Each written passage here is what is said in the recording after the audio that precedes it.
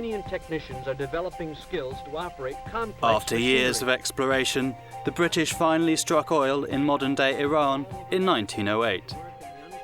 The following year, the Anglo-Persian Oil Company was established. Public shares in the company sold out in half an hour, securing Britain a guaranteed source of oil from the Middle East. In the early 20th century, industry was shifting from reliance on coal to oil fuel. Before this, industrial nations largely relied on domestic coal reserves. They now had to increasingly look to foreign oil sources. In 1912, the Turkish Petroleum Company was founded in Turkish-occupied Iraq, restricting access to the market to a limited group of British, German and Turkish oil companies. Control of and access to Middle East oil reserves was a major factor in the mounting tensions behind the First World War, with Germany challenging British interests in Iraq. After the war, the balance of Middle East power shifted in favour of the United States, who had ensured Allied victory. By 1920, the US provided over 60% of the world's oil supply. Outside of the US, however, the British either owned, controlled or financed all known oil fields. However, the British were persuaded it would be better to join forces with American oil companies than exacerbate tensions between the two powers. Driven by the discovery of oil in Iraq, the 1928 Red Line Agreement between Britain, France and America officially made the TPC, now the Iraqi Petroleum Company, a cartel.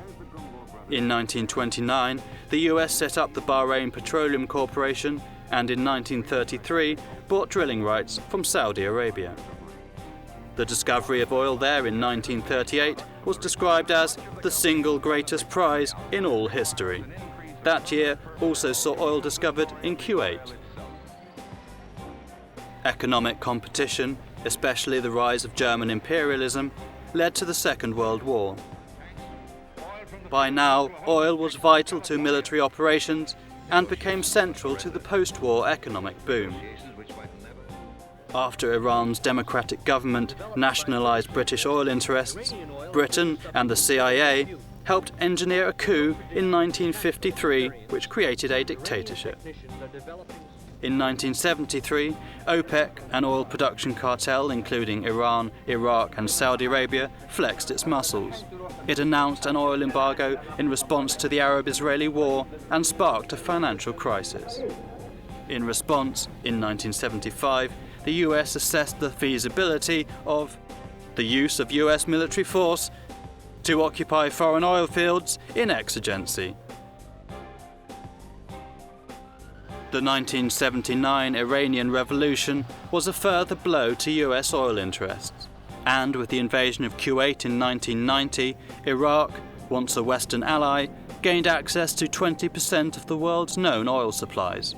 This was a major motivation behind the First Gulf War. Despite the emergence of significant oil fields outside of the Middle East, by the turn of the 21st century, most known reserves lay in the region. By then, the US had built up a massive military presence and led an alliance of states including Israel, Saudi Arabia, Qatar, Turkey and the UAE. Although some claim that the 2003 Iraq War was about democracy, many saw it as a continuation of a Western foreign policy based on strategic control of oil in the Middle East. Some saw the Arab Spring of 2011 as a major threat to foreign control of oil, by raising the possibility that its production would come under democratic control.